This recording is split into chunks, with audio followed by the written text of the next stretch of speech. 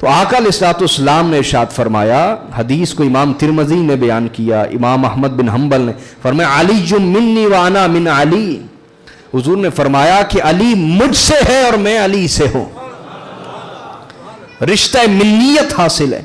ولا یؤدی عنی الا انا وعلی، میری طرف سے کوئی ادائیگی کا معاملہ ہو جائے، کیا میری طرف سے کوئی ادائیگی کا معاملہ ہو تو وہ ادائیگی یا میں کر سکتا ہوں یا علی کر سکتا ہے۔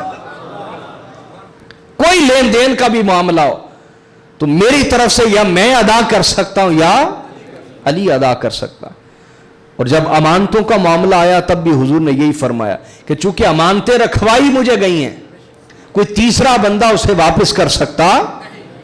بھئی آپ نے پیسے رکھوائے ہیں میزان بینک میں اور آپ چلے جاتے ایچ بی ایل میں، کیا ایچ بی ایل میں چلے جاتے ہیں، آپ انہیں کہتے ہیں میرے پیسے دیں، کیا وہ کہیں گے نہیں یہ بینک آپ کا ہی پیسے دے سکتا ہے۔ آپ کے ذہن میں ہے کہ اے ٹی ایم، وہ بھائی وہ آپ کا بینک دے رہا ہوتا ہے، سمجھ آ رہی ہے نہیں آ رہی؟ وہ آپ کا بینک دے سکتا ہے، دوسرا بینک دے سکتا نہیں۔ تو آقا علیہ الصلوۃ والسلام نے فرمایا امانتیں میرے پاس رکھوائی گئی ہیں تو ادا بھی میں ہی کر سکتا ہوں یا وہ کر سکتا ہے جو مجھ سے ہے اور میں اس سے ہوں۔ فرمایا ولا یؤدی عنی الا انا وعلی، میری طرف سے کوئی ادائیگی کا معاملہ ہو تو وہ یا میں کر سکتا ہوں یا علی کر سکتا ہے۔ وجہ کیا ہے کہ میں علی سے ہوں اور علی مجھ سے۔ اور اسی طرح حضور علیہ الصلوۃ والسلام نے خطبہ حجۃ الوداع، یہ تو جب ہجرت فرما رہے تھے نا تب فرمایا، کیا ہجرت فرما رہے تھے، اسی طرح خطبہ حجۃ الوداع اس سے 1 سال پہلے خطبہ کے لیے آقا علیہ الصلوۃ والسلام نے حضرت ابوبکر صدیق کو بھیجا تھا، امام مقرر کر کے، حج کا امام مقرر۔ جب فتح مکہ ہو گیا اس کے بعد جو حج آیا وہ حضور نے ادا نہیں فرمایا، اس کے بعد جو حج آیا اس پر رسول اللہ گئے تھے، سمجھ گئے بات جی؟ تو آقا علیہ الصلوۃ والسلام نے حضرت ابوبکر صدیق رضی اللہ تعالیٰ عنہ کو بھیجا امام مقرر کر کے۔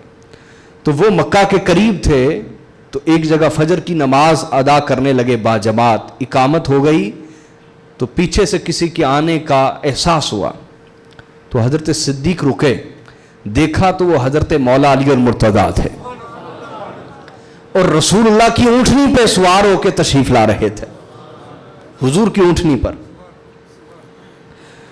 تو آپ رک گئے، کہا کیا حکم ہے؟ کہا آقا علیہ الصلوۃ والسلام نے فرمایا ہے کہ سورہ توبہ نازل ہوئی ہے، کیا سورہ توبہ نازل ہوئی ہے، اس کا اعلان میں کروں گا خطبے کے موقع پر جو حج کا خطبہ ہوگا۔ تو حضرت ابوبکر صدیق نے کہا کہ جب امام مجھے مقرر کیا ہے تو خطبے میں ہی سورت پڑھ کے سنا دوں گا۔ فرمایا نہیں، حضور کا حکم ہے، کیا ایسا نہیں، وہ میں پڑھوں گا۔ حج مکمل ہو گیا، جب واپس گئے تو حضرت ابوبکر صدیق نے پوچھا یا رسول اللہ کیا مجھ سے کوئی خطا ہوئی؟ کیا آپ مجھ سے ناراض ہو گئے؟ حضور نے فرمایا نہیں۔ کہا پھر یا رسول اللہ جب امام حج کا مجھے مقرر فرمایا تو خطبے کے لیے علی المرتضیٰ کو مقرر کیوں کیا؟ تو آقا علیہ الصلوۃ والسلام نے فرمایا ابوبکر تمام قبائل عرب نے میرے ساتھ معاہدے کیے تھے اور سورہ توبہ میں اعلان تھا کہ آج کے بعد رسول اللہ وہ معاہدے ختم کر رہے ہیں، وہ معاہدے بولیے تو حضور نے فرمایا معاہدے عرب کے قبائل نے میرے ساتھ کیے تھے، توڑ بھی میں ہی سکتا تھا، کوئی تیسرا ان معاہدات کو توڑ سکتا نہیں تھا۔ تو کہا علی کو اس لیے بھیجا ہے کہ علی مجھ سے ہے اور میں علی سے ہوں، جس نے معاہدہ میرے ساتھ کیا ہے یا میں توڑ سکتا ہوں یا علی توڑ سکتا ہے۔ ان معاہدوں کو توڑنے کا اعلان کوئی تیسرا آدمی کر سکتا نہیں، وہی کر سکتا ہے جو مجھ سے ہوگا، جو بولیے مجھ سے ہوگا۔ اور یہ آقا علیہ الصلوۃ والسلام نے یہاں بھی وہی اخوت کا رشتہ بیان کیا۔ ایک تیسری دلیل لے کے پھر ہم ان نکات کی طرف آتے ہیں۔ غزوہ تبوک کا موقع ہے، کیا؟ اور اس حدیث کو کثیر محدثین نے، امام بخاری اور مسلم سمیت کئی محدثین نے بیان کیا۔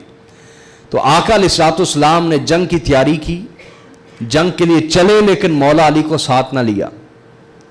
تو حضرت مولا کائنات علیہ السلام کہنے لگے اتخلفنی فی النساء والصبیان، حضور آپ مجھے عورتوں اور بچوں میں چھوڑ کے جا رہے ہیں. انہیں اپنی جگہ نائب مقرر کیا نا مدینہ پہ، اپنی جگہ نائب مقرر کر کے حضور چل پڑے. تو مولا علی کہنے لگے حضور آپ مجھے عورتوں اور بچوں میں چھوڑ کے جا رہے ہیں کہ مجھ جیسے شجاع دلیر کی ضرورت تو میدان جنگ میں پڑتی، آپ مجھے اپنا نائب مقرر کر کے مدینہ میں عورتوں اور بچوں کے درمیان حضور کیوں چھوڑ کے جا رہے ہیں؟ فقال اما ترضى ان تكون مني بمنزلة هارون من موسى، کہا اے علی کیا تو اس بات پر راضی نہیں ہے کہ تیرا مقام میری بارگاہ میں وہی ہو جو موسیٰ کے ساتھ ہارون کا مقام تھا، جو موسیٰ علیہ السلام کے ساتھ ہارون کا رشتہ تھا، تیرا میرے ساتھ وہی رشتہ ہو، کیا تو اس مقام پہ راضی نہیں ہے؟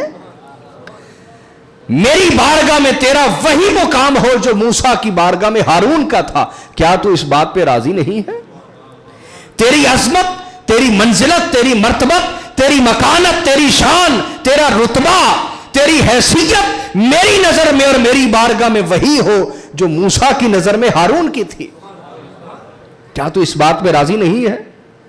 کہا یا رسول اللہ راضی ہوں، الا انہ لا نبی بعدی، فرمایا فرق یہ ہے کہ میرے بعد کوئی نبی نہیں، باقی کوئی فرق نہیں، جو موسیٰ اور ہارون کا رشتہ تھا تیرا اور میرا بھی وہی رشتہ ہے، تیرا اور میرا بھی وہی رشتہ ہے.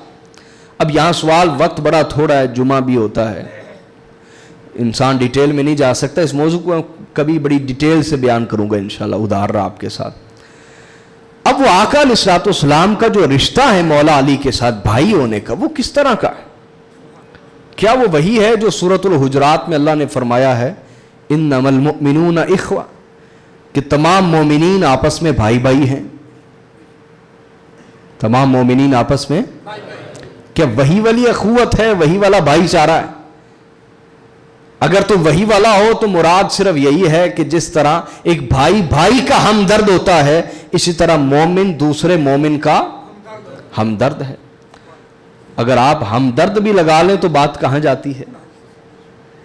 ارے بھائی ہم جنس کا معنی کیا ہے؟ ایک ہی جنس والا ہے نا. ہم معنی کا معنی کیا ہے؟ دو لفظ تو جدا جدا ہے لیکن معنی ایک ہے. معنی ان کا بولیے، ہے سمجھ آ رہی نا؟ ہم جنس سے مراد کیا؟ بندے تو دو دکھائی دے رہے، جنس ایک ہے. ہم معنی کیا؟ لفظ دو ہے، معنی ایک ہے. تو اگر ہم درد کا رشتہ بھی لیا جائے تو معنی کیا ہے؟ نبی اور علی کا درد ایک ہے. اگر آپ ہم درد کا معنی بھی لیں تو معنی کیا ہوگا؟ علی اور نبی کی محبت ایک ہے، خوشی ایک ہے، غم ایک ہے، درد ایک ہے، احساس ایک ہے، وفا ایک ہے، ادب ایک ہے، تعظیم اور توقیر ایک ہے.